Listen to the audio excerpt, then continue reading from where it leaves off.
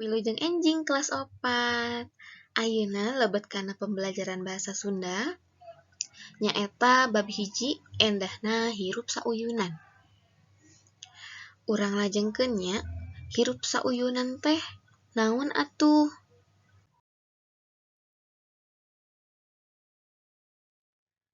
Hirup sauyunan bisa dikatakan juga hidup berbarengan atau hidup berdampingan. Kita hidup berdampingan dengan orang yang berbeda-beda, dengan suku yang berbeda-beda, dengan agama yang berbeda-beda, tapi kita bisa rukun. Ini contoh salah sahijina nyaeta hirup sauyunan najan agama urang beda-beda. Lajeng, ieu hirup sauyunan najan kulitna beda, najan bentuk rambutna beda, bahasana beda, urang tiasa hirup sauyunan. Ieu oge aya contoh dina film Tarzan. Dina film Tarzan ngajarkeun urang kudu mikanyaah harus menyayangi hewan atau sasatoan. Urang oge salianti hirup sauyunan ejeng manusa, urang oge kudu bisa hirup sauyunan ejeng sasatoan. Ieu aya dina film Doraemon.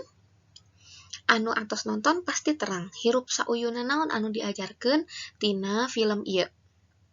Laras film ieu ngajarkeun urang kedah hirup sauyunan, hirup berdampingan sareng tumbuh-tumbuhan.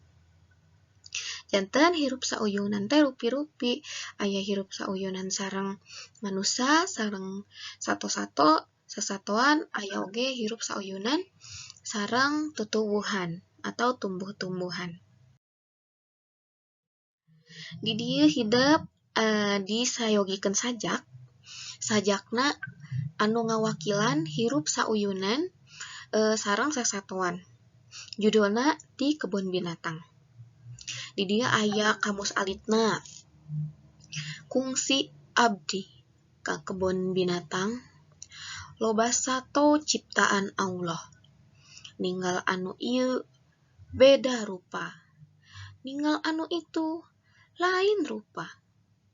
Sasatoan anu diciptakeun ku Gusti jadi tanda kakawasaanana. Gusti nuhun teuing ieu di dunia tos dipaparin rupa-rupa sato anu loba mangpaat pikeun manusa. Mugi diri oge bisa syukuran maparin ku doa jeung kaimanan. Sajak kenging Beri Putra Mandala. Eta tadi contoh Miss Nunu macakeun sajakna. Ayeuna urang pedar kumaha eusi sajak sareng hubunganna sareng kamus alit. Di dieu aya kecap kungsi.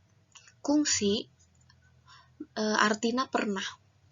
Tuluy aya oge sato, hartina hewan, ninggal hartina melihat, kakawasaanna berarti kekuasaannya ditujukan kepada Tuhan.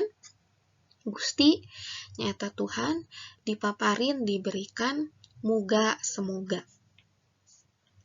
Kitu. Ayeuna di dieu dina kalimat kahiji aya kungsi abdi.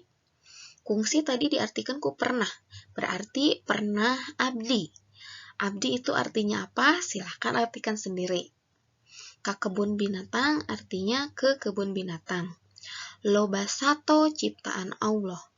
Tadi sato artinya hewan, berarti loba hewan ciptaan Allah. Ninggal artina melihat. Melihat anu ieu beda rupa. Maksudnya melihat yang ini beda rupanya, melihat anu itu lain rupa, melihat yang itu lain lagi rupanya. Sasatoan anu dicipta ku Gusti. Sasatoan teh tadi artina binatang-binatang anu dicipta ku Gusti yang diciptakan oleh Tuhan. Jadi tanda kekawasaanna, jadi tanda kekuasaannya. Gusti, Tuhan, nuhun teuing ieu di dunia. Nuhun sudah tahu ya apa artinya. Teuing sangat nuhun. Ieu di dunia, ini di dunia. Tos dipaparin Tos itu tahu ya anak-anak, artinya silahkan diartikan sendiri. Dipaparin, diberikan, rupa-rupa sato, rupa-rupa hewan. Anu loba manfaat pikeun manusa. Muga diri oge bisa syukuran, semoga diri bisa syukuran, maparin ku doa jeung kaimanan.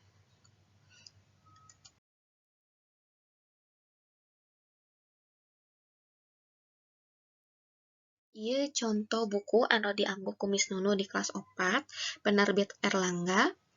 Henteu wajib meser, nanging pami aya nu gaduh atanapi nu kagungan, tiasa dibuka kaca 4 halaman 4 bagian A. Ngaregepkeun sajak aya contoh sajak anu tadi.